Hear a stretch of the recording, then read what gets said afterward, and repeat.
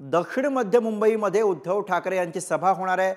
अनिल देसाईंच्या प्रचारासाठी उद्धव ठाकरे आज सभा घेत आहेत। लोकसभेसाठी ठाकरेंकडनं दौऱ्यांचा सपाटा सध्या बघायला मिळतो आणि त्याच पार्श्वभूमीवरती मुंबईमध्ये होत असलेली ही उद्धव ठाकरे यांची सभा दक्षिण मध्य मुंबईमध्ये उद्धव ठाकरे यांची तोप धडाडणार आहे। उद्धव ठाकरे आज अनिल देसाईंच्या प्रचारासाठी सभा घेत आहेत आणि याविषयी अधिक बोलूया। प्रतिनिधी अजय माने आपल्यासोबत। अजय, उद्धव ठाकरे यांची आज दक्षिण मध्य मुंबई मतदारसंघासाठी सभा होते। अनिल देसाई यांच्यासाठी उद्धव ठाकरे सभा घेत आहेत। काय मुद्दे साधारणपणे उद्धव ठाकरे यांच्या भाषणामध्ये आज बघायला मिळणार?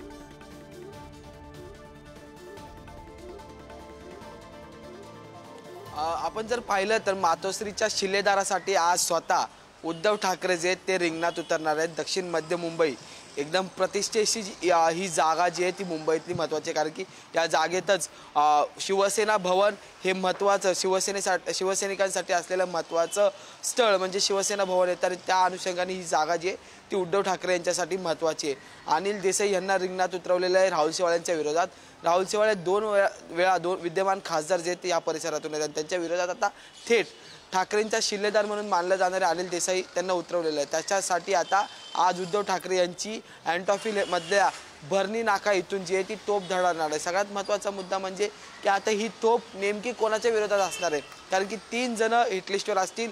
पहिलं म्हणजे थेट सत्ताधारी भाजप, दुसरं म्हणजे ज्यांनी शिवसेनेत बंड उठाव किंवा मग शिवसेनेला वेगळी शिवसेना तयार केली ते म्हणजे एकनाथ शिंदे, आणि तिसरे म्हणजे या ठिकाणाचे विद्यमान खासदार आणि ज्यांना संसदेत जे ते गटनेते पद जे ते उद्धव ठाकरे यांनी दिलं होतं ते राहुल शेवाळे।